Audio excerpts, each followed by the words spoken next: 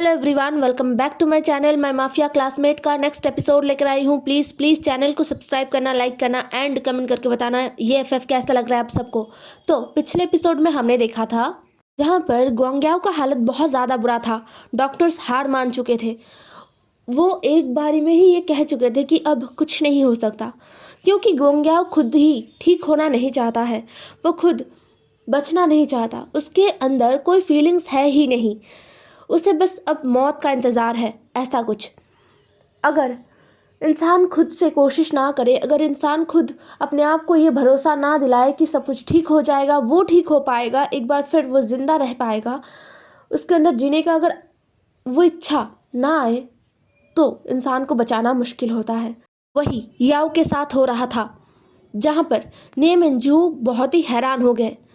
लेकिन दूसरे ही पल उनको बहुत बहुत गुस्सा आया। उन्होंने कहा क्या बकवास है। तुम उन लोगों के लिए अपने आप को मारना चाहते हो, तुम उन लोगों के लिए मरना चाहते हो जो तुम्हारे बारे में सोचते भी नहीं हैं, जो तुम्हारे लिए कुछ भी फील नहीं करते। तुम उनके लिए दुखी हो रहे हो और उस दुख के चक्कर में तुम मरना चाहते हो। इससे ज़्यादा बकवास कुछ और हो ही नहीं सकता। देखो याओ, मुझे नहीं पता तुम्हारे साथ क्या हुआ है, लेकिन मेरी ज़िंदगी में भी एक ओमेगा है जो मेरे छोटे भाई जैसा है। वो मेरा छोटा भाई तो नहीं है, लेकिन मैं उसे अपना छोटा भाई मानता हूँ। वो ओमेगा जो हमेशा सबको खुश करता है, हमेशा सबके दुख में दुखी होता है, सबके खुशी में खुश हो जाता है। कभी ये समझने नहीं देता कि उसके अंदर क्या चल रहा है। बचपन में ही उसने अपने पेरेंट्स को खो दिया, फिर उसे अनाथ आश्रम जाना पड़ा। अनाथ आश्रम से उसे अडॉप्ट किया गया।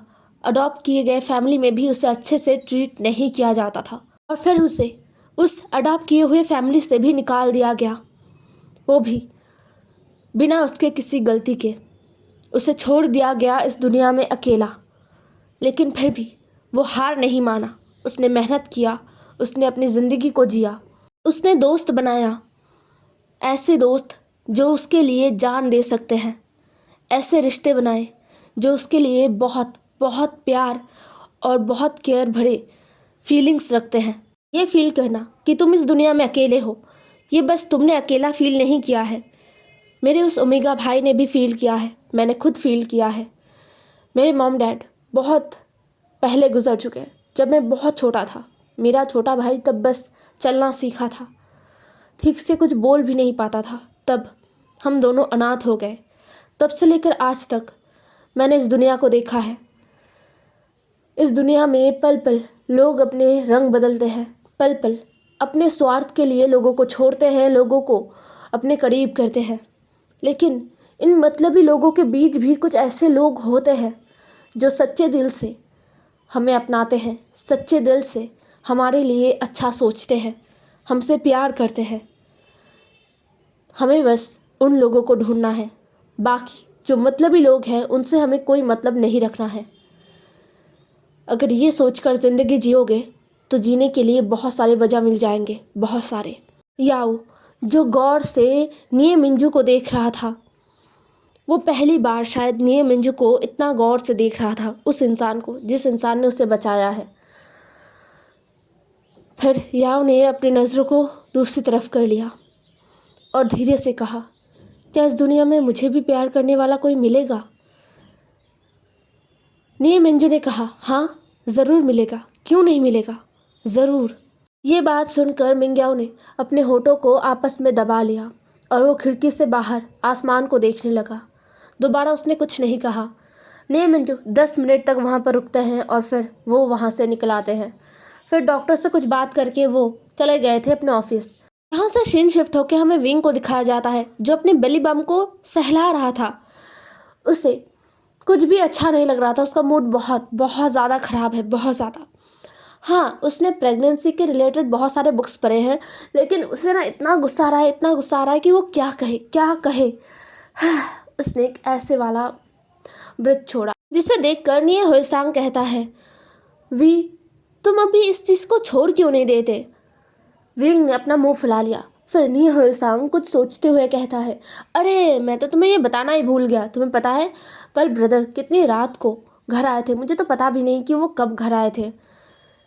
यह सुनकर विंग ने कहा, हो सकता है वो किसी काम में फंसे होंगे। निये होएसांग ने कहा, हाँ वो हॉस्पिटल गए थे, पता तो नहीं है कि क्या हुआ है, उन्होंने बस कहा था कि उनके न्यू बार में कुछ एक्सीडेंट हो गया था, इसीलिए उन्हें हॉस्पिटल जाना पड़ा। विंग वरिड हो गया, उसने कहा, होएसांग तुम इतने बुद्धू क्यों हो, ब्रदर ठीक तो है ना। यह सुनकर होएसांग ने कहा, ओ अब तुम मुझ पर क्यों चिल्ला रहे हो, हाँ वो ठीक है, अगर वो ठीक नहीं होते तो मैं ये तुम्हें बहुत पहले बता चुका होता। वो ठीक है इसलिए तो ये बात मुझे याद नहीं रहा। वो एकदम ठीक है, उनके साथ कुछ नहीं हुआ, शायद वहाँ पर किसी ने झगड़ा वगड़ा कर दिया होगा और तोड़ फोड़ हुआ, जो बार्स में होते हैं वैसे ही कुछ हुआ होगा, नहीं पता। विंग ने होएसांग को घूर कर देखा, ये ओमेगा कभी नहीं सुधरेगा, चीज़ों को लाइटली लेना कोई इससे सीखे। खैर वो थोड़ा शांत हो चुका है, ब्रदर निये को कुछ नहीं हुआ। तभी निये होएसांग ने दूसरी बार कहा, वैसे मुझे एक बात बताओ वी, तुम्हारे साथ ऐसा हो क्यों रहा है। विंग को पहले तो समझ नहीं आया, लेकिन उसके बाद उसे समझ आ गया कि निये होएसांग कहना क्या चाहता है। उसने अपना मुंह फुला लिया दोबारा और बोला, मुझे क्या पता कि मेरे साथ ऐसा क्यों हो रहा है, मुझे नहीं पता, इतने सारे बुक्स पढ़ लिए लेकिन मेरे साथ ही ऐसा क्यों हो रहा है। सारे बुक्स में प्रेगनेंसी क्रेविंग्स के बारे में लिखा हुआ है, ओमेगास को ये खाने का मन करता है, वो खाने का मन करता है, ओमेगास बहुत ज़्यादा रोते हैं, बहुत ज़्यादा चिल्लाते हैं, चीखते हैं, गुस्सा होते हैं, और सबसे इम्पॉर्टेंट उनका मूड स्विंग्स कभी भी हो सकता है।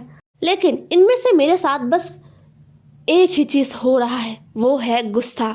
मुझे बस गुस्सा आ रहा है, ना ही मुझे कुछ खाने का मन कर रहा है, ना ही मेरा मूड बार बार बदल रहा है, और ना ही मैं रो रहा हूँ, और मेरा तो वॉमिटिंग भी नहीं हो रहा है। इतना बोलकर विंग चुप हो गया। निये होएसांग ने कहा, तो तुम इस बारे में इतना परेशान क्यों हो, ये तो अच्छी बात है ना कि तुम ज़्यादा परेशान नहीं फील नहीं कर रहे हो।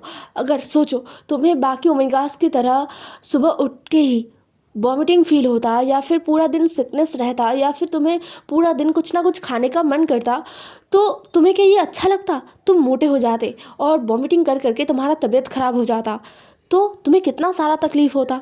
देखा हमारा चैम्प आने से पहले ही तुम्हारा कितना अच्छा ध्यान रख रहा है।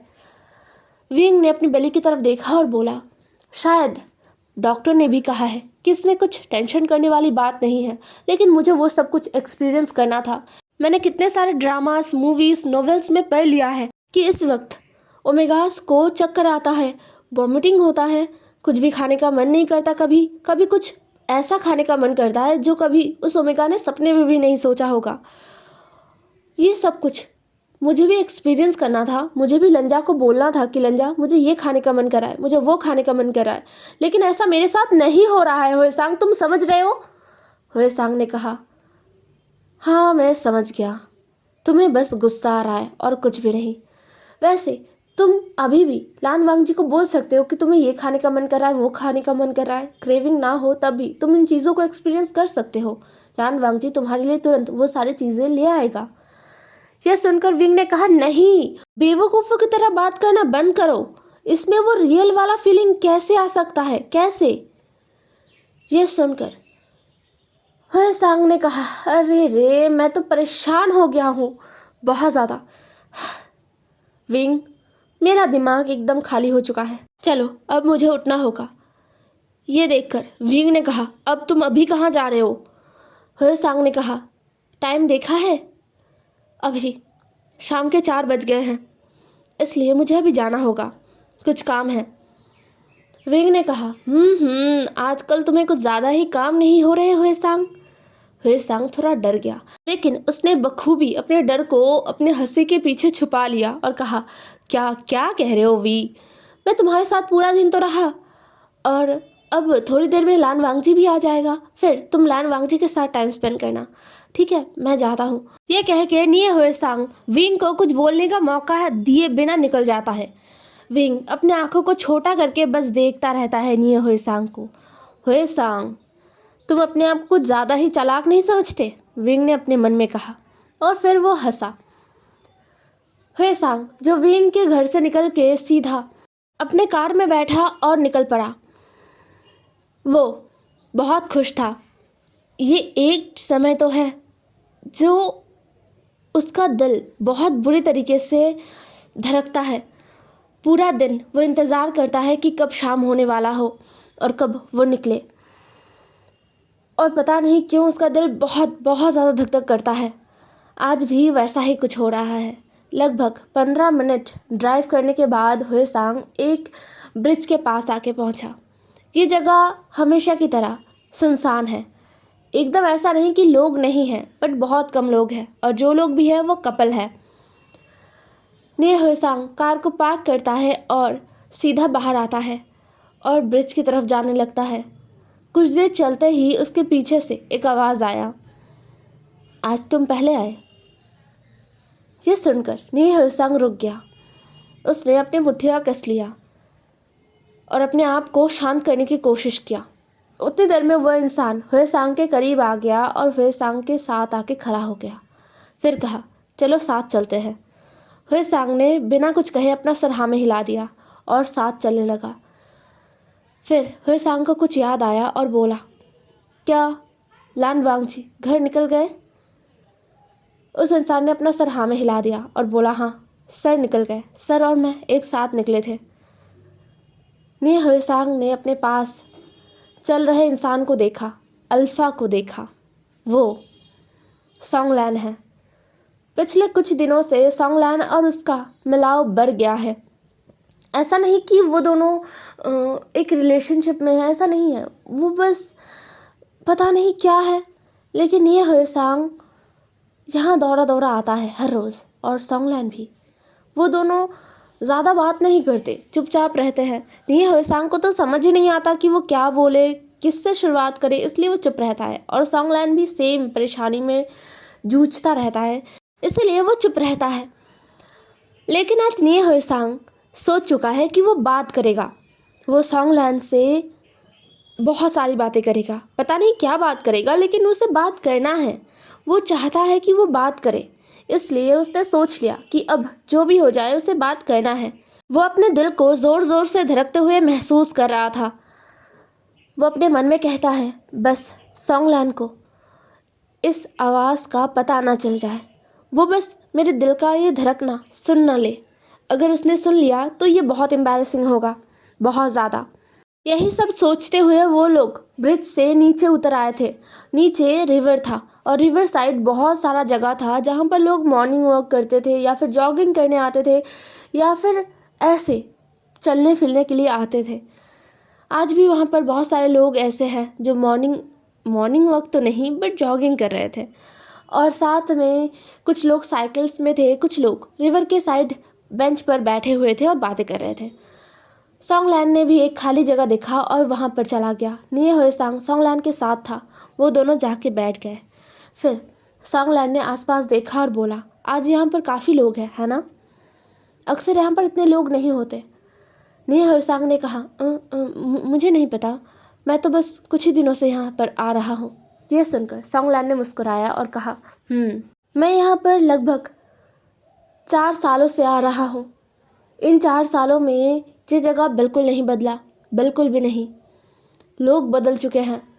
ऐसे बहुत सारे लोग हैं जिन्हें मैं पुराने दिनों में रेगुलर देखता था, सुबह शाम। अब उनके जगह नए चेहरे आ गए हैं, लेकिन ये जगह अभी भी सेम है। इस जगह की खासियत क्या है पता है हुएसांग ने कहा, क्या है?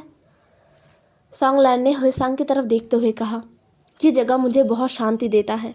यहाँ पर ज़्यादा लोग नहीं आते, और जो लोग आते हैं वो अपने में बिज़ी रहते हैं, इसलिए ये जगह मुझे शांति देता है। सुबह मॉर्निंग वॉक के लिए मैं आता हूँ यहाँ पर हर रोज़, और शाम के टाइम काम से फ्री होकर आता हूँ। पूरा काम का स्ट्रेस मैं यहीं पर छोड़कर घर जाता हूँ। फिर लगता है कि मैं बहुत ज़्यादा ही फ्री हूँ, मेरे ऊपर कोई बर्डन नहीं है। घर जाके मैं आराम से खा पी कर सो सकता हूँ। जिस दिन मैं यहाँ नहीं आता, मुझे लगता है कि मेरे अंदर से टाइटनेस जाता ही नहीं है। ये सुनकर हुएसांग ने अपना सर हाँ में हिला दिया। हर किसी का एक कंफर्ट जगह होता है। हर कोई अपना एक अलग ही कंफर्ट जोन बना लेता है। शायद ये सोंगलैन के लिए बहुत ही कंफर्ट जोन है, इसीलिए वो यहाँ पर आके रिलैक्स फील करता है। सोंगलैन जो नदी की तरफ देख रहा था और ने हुएसांग सोंगलैन की तरफ। फिर उसे याद आया, उसे भी तो बात करनी है। सॉन्गलैन तो बात कर रहा है उसके साथ, लेकिन वो चुपचाप क्यों है? ये सोचकर नेहा हुसैन को अपने ऊपर गुस्सा आया और फिर वो कुछ बोलने का कोशिश करने लगा। मतलब वो ट्राई कर रहा था कि वो बोले, लेकिन उसके मुंह से कोई शब्द नहीं निकल रहा था, जिसे देखकर सॉन्गलैन ने कहा, क्या तुम मेरे साथ फ्री नहीं हो? क्या तुम्हें मेरे साथ अनकंफर्टेबल फील होता है हुसैन? हुसैन ने कहा, नहीं बिल्कुल नहीं, मुझे अनकंफर्टेबल फील नहीं होता। मुझे बस समझ नहीं आता कि मैं क्या कहूँ। सॉन्गलैन ने कहा, जो मन में आए, जैसा तुम चाहो, जिस तरीके से चाहो, सब कुछ बोल सकते हो। यह सुनकर निये हुसैन ने सॉन्गलैन की तरफ देखा और फिर वो खुश हो गया। उसने कहा, तुम्हें पता है आज विंग कितना चाइल्डिश बिहेव कर रहा था। उसे वो सब कुछ एक्सपीरियंस करना है जो उसके साथ हो ही नहीं रहा था। उसे मूड स्विंग्स नहीं हो रहे थे, उसे कुछ खाने का क्रेविंग नहीं हो रहा था, लेकिन फिर भी उसे वो सब कुछ एक्सपीरियंस करना था। तो मैंने उसे सल्यूशन दिया कि वो ये सब कुछ ऐसे ही लान वांगजी से करवा सकता है, लेकिन नहीं, वो ऐसा नहीं करेगा। उसे तो चाहिए रियल एक्सपीरियंस। जो उसके साथ नहीं हो रहा है वो कैसे रियली अपने साथ वो एक्सपीरियंस कर सकता है। ये सुनकर मुझे बहुत हंसी आया और विंग वो सच में बहुत गुस्सेल हो चुका है। लगता है उसका बेबी बहुत गुस्सेल होने वाला है।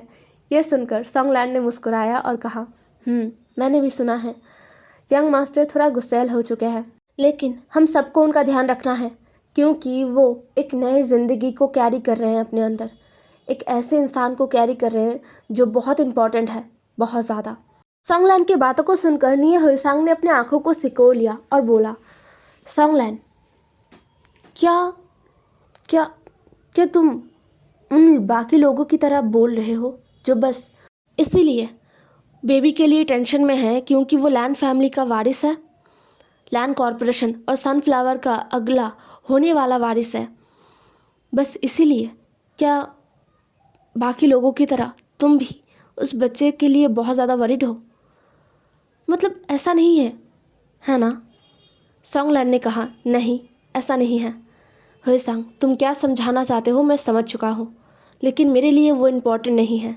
मेरे लिए इम्पोर्टेंट है ये कि जो आ रहा है, मतलब सर और यंग मास्टर के बीच जो रिश्ता है, उनके बीच जो प्यार है, उनसे वो बेबी क्रिएट हुआ है, वो बहुत स्पेशल है। वो सर और यंग मास्टर के प्यार का प्रतीक है। इसलिए मैं चाहता हूँ कि वो सुरक्षित इस दुनिया में आए और वो बहुत हेल्दी रहे, बहुत ज़्यादा। सॉन्गलैन के बातों को सुनकर निये हुसैन ने मुस्कुराया। एक बहुत प्यारा सा मुस्कुराहट उसके चेहरे पर आ गया था।